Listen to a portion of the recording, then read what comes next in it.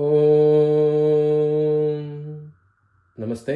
ಈ ಸಂಚಿಕೆಯಲ್ಲಿ ನಾನು ಮಿಥುನ ರಾಶಿಯವರಿಗೆ ಯುಗಾದಿ ಫಲ ಎಂಬುದರ ಬಗ್ಗೆ ಮಾತಾಡ್ತಾ ಇದ್ದೀನಿ. ಮೊದಲನೇದಾಗಿ ಇಲ್ಲಿ ನಾವು ನೋಡಿದಾಗ ಮಾರ್ಚ್ 19 ಯುಗಾದಿ ದಿನದಲ್ಲಿ, ಅಂದರೆ ಗುರು ಜನ್ಮರಾಶಿಯವರಿಗೆ ಅಲ್ಲೇ ಇರ್ತಾನೆ, ಮಿಥುನದಲ್ಲೇ. ಕೇತು 3ನೇ ಮನೆಯಲ್ಲಿ, ರಾಹು 9ನೇ ಮನೆ, ಶನಿ 10ನೇ ಮನೆಯಲ್ಲಿ ಇರ್ತಾನೆ.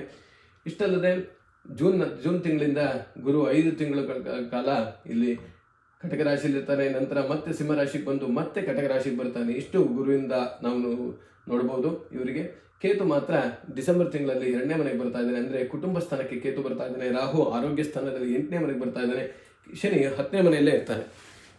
ಇಷ್ಟನ್ನು ನಾವು 2026ಕ್ಕೆ ನಾವು ಗಮನಿಸಿದಾಗ ಏನಪ್ಪ ಅಂದರೆ, ಮೊದಲನೇದಾಗಿ ಮಿಥುನ ರಾಶಿ ಅಂದರೆ ಮೃಗಶಿರ ನಕ್ಷತ್ರದ 3 ಮತ್ತು 4ನೇ ಪಾದ, ಆರ್ದ್ರ ನಕ್ಷತ್ರ, ಪುನರ್ವಸು ನಕ್ಷತ್ರ 1, 2 ಮತ್ತು 3ನೇ ಪಾದಗಳು ಇಷ್ಟು ಮಿಥುನ ರಾಶಿಯಲ್ಲಿ ಬರುತ್ತೆ. ಇವರಿಗೆ ಶುಭ ಸಂಖ್ಯೆಗಳು ಅಂತ ಹೇಳಿದ್ರೆ 3, 5, 6, 8 ಮತ್ತು ಶುಭ ವಾರಗಳು ಅಂದರೆ ಬುಧವಾರ, ಶುಕ್ರವಾರ ಮತ್ತು ಭಾನುವಾರ. ಶುಭ ದಿಕ್ಕು ಅಂದರೆ ಪ್ರಶಸ್ತವಾದ ದಿಕ್ಕು ಅಂದರೆ ಉತ್ತರ. ಹೀಗೆ ಇಷ್ಟು ಮಿಥುನ ರಾಶಿಯವರಿಗಿರುತ್ತೆ. ಮೊದಲನೇ ಹೇಳಿದಾಗೆ ಹೋದ ವರ್ಷ ಬಹಳ ಕಷ್ಟ ಇರುತ್ತೆ, ಇವರಿಗೆ ಬಹಳ ಕಷ್ಟಪಟ್ಟಿರ್ತಾರೆ. ಗುರು ಜನ್ಮರಾಶಿಯಲ್ಲೇ ಇರೋದ್ರಿಂದ ಹಲವಾರು ಬದಲಾವಣೆಗಳು, ಹಲವಾರು ತೊಂದರೆಗಳನ್ನೆಲ್ಲ ಅನುಭವಿಸಿರ್ತಾರೆ. ಶನಿ 10ನೇ ಮನೆಯಲ್ಲಿರುತ್ತೆ, ಉದ್ಯೋಗದಲ್ಲಿ ಒಂದು ಸಮಸ್ಯೆ ಅಥವಾ ಪ್ರಯಾಣ ಮಾಡ್ತಾ ಇರೋದು, ಹೀಗೆ ಹಲವು ಕಾರಣಗಳು ಇವರಿಗೆ ಮಿಥುನ ರಾಶಿಯವರಿಗೆ ಬಂದಿರುತ್ತೆ. ಈ ವರ್ಷ ನಾವು ನೋಡಿದಾಗ ಗುರು ಯಾವಾಗ ಜೂನ್ನಿಂದ 5 ತಿಂಗಳು 2ನೇ ಮನೆಯಲ್ಲಿರ್ತಾನೆ, ಅವಾಗ ಬಹಳ ಒಳ್ಳೆಯದಿರುತ್ತೆ. ಅಂದರೆ ವರ್ಷವನ್ನು ನಾವು 4 ಭಾಗ ಮಾಡಿದಾಗ 2 ಮತ್ತು 4ನೇ ಭಾಗ ಇವರಿಗೆ ಚೆನ್ನಾಗಿರುತ್ತೆ. ಮತ್ತು 4ನೇ ಭಾಗ ಅಂತ ಹೇಳಿದ್ರೆ ಮತ್ತೆ ಫೆಬ್ರವರಿಯಲ್ಲಿ ಮತ್ತೆ ಹಿಂದೆ ಬರ್ತಾ ಇದ್ದಾನೆ. ಬಂದಾಗ ಕಟಕ ರಾಶಿಗೆ ಬಂದಾಗ ಮತ್ತೆ ಒಳ್ಳೆಯದಾಗುತ್ತೆ. ಅಂದರೆ ಇಷ್ಟು ನಾವು ಗಮನಿಸಿದಾಗ ಗುರು ಪ್ರಬಲ ಇದ್ದಾಗ, ಒಳ್ಳೆಯ ಇದ್ದಾಗ ಹಲವು ಬದಲಾವಣೆಗಳು, ತೀರ್ಥಯಾತ್ರೆ ಮಾಡೋದಾಗ್ಬೋದು, ಕುಟುಂಬದಲ್ಲಿ ಒಳ್ಳೆಯ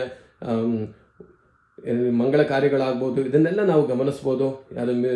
ಜೂನ್ನಿಂದ ಅಕ್ಟೋಬರ್ ಈ ಸಮಯದಲ್ಲಿ.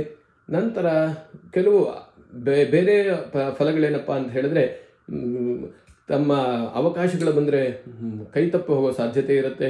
ಕೆಲಸಕ್ಕಾಗಿ ತಿರುಗೋತಾ ಇರೋದು ಮತ್ತು ಕೆಲಸವನ್ನು ಬದಲಾವಣೆಗಳು ಜೂನ್ ಅಥವಾ ಮೇ ತಿಂಗಳಲ್ಲಿ ಕೆಲವು ಬದಲಾವಣೆಗಳಿದೆ. ಡಿಸೆಂಬರ್ ತಿಂಗಳಲ್ಲೂ ಕೂಡ ಕೆಲವು ಬದಲಾವಣೆ ಇದೆ.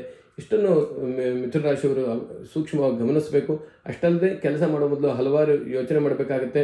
ಗುರು ಯಾವಾಗ ಒಳ್ಳೆಯನಾಗಿರ್ತಾನೋ ಆವಾಗ ಕುಟುಂಬದ ಜೊತೆಗೆ ಪ್ರಯಾಣ, ತೀರ್ಥಯಾತ್ರೆ ಮಾಡೋದು, ಇವಾಗ ಮತ್ತೆ ಯಾರೋ ದುಡ್ಡು ತೊಗೊಂಡು ಭಾಳಷ್ಟು ವರ್ಷದಿಂದ ಕೊಡದೇ ಇದ್ದರೆ ಅವರೆಲ್ಲ ಹಿಂತಿರುಗಿ ಕೊಡೋ ಸಾಧ್ಯತೆಗಳು ಎಲ್ಲ ಆ ಗುರು ಜೂನ್, ಜುಲೈ, ಆಗಸ್ಟ್ ತಿಂಗಳಲ್ಲೆಲ್ಲ ನಡೆಯುತ್ತೆ ಅದು.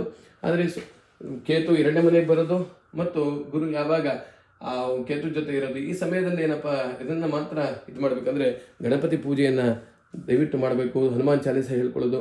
ಶನಿ 10ನೇ ಮನೆಯಲ್ಲಿದ್ದಾನೆ, ಆದ್ದರಿಂದ ಯಾ ದೇವಿ ಸರ್ವಭೂತೇಶು ವೃತ್ತಿರೂಪೇಣ ಸಂಸ್ಥಿತ ನಮಸ್ತಸ್ಸಿ ನಮಸ್ತಸ್ಸಿ ನಮಸ್ತಸ್ಸಿ ನಮೋ ನಮಃ ಈ ಶ್ಲೋಕವನ್ನು ಕೂಡ ಹೇಳ್ಕೊತಾ ಇರಬೇಕು.